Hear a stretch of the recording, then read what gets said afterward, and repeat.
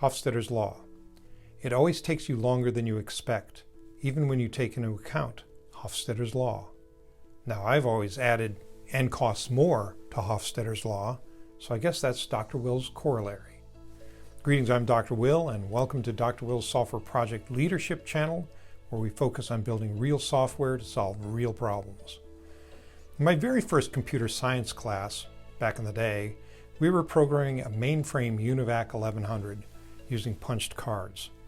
My instructor said if we were trying to estimate how long a programming assignment should take so we could complete it on time and not lose points, then we should make our best guess, double it, and then increase the units of measure by an order of magnitude. So what looked like a 4-hour assignment would actually take more like 8 days. Turns out my instructor was more right than wrong. If you've already subscribed to the channel, thank you. If you'd like more content like this, then subscribe and hit the bell below to be notified when more content becomes available.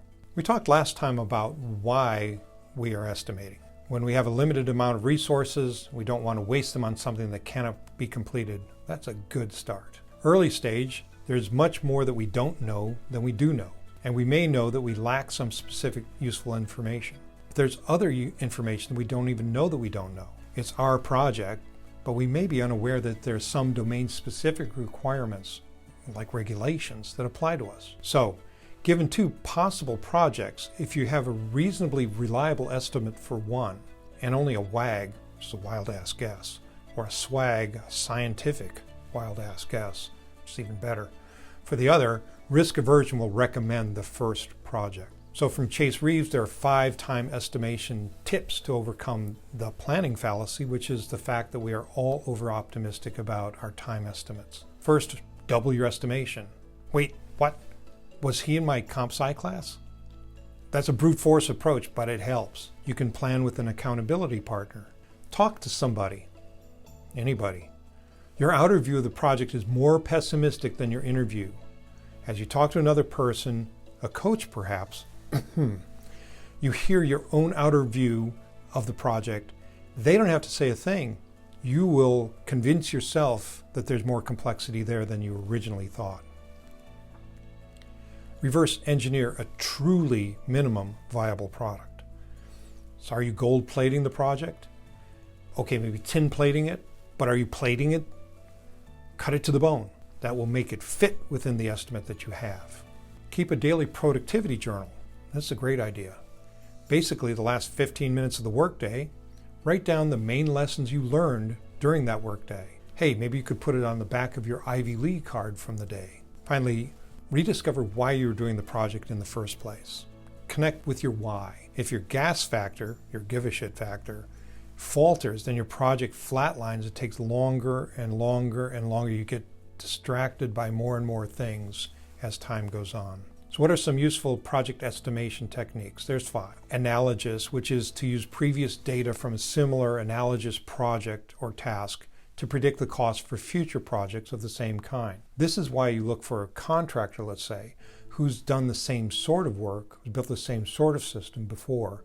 Their estimates are going to be more reliable. Bottom up, break down all the work into the simplest parts and calculate the parts individually, add them all up. Parametric works well with similar or identical repeated tasks that you have historical data for.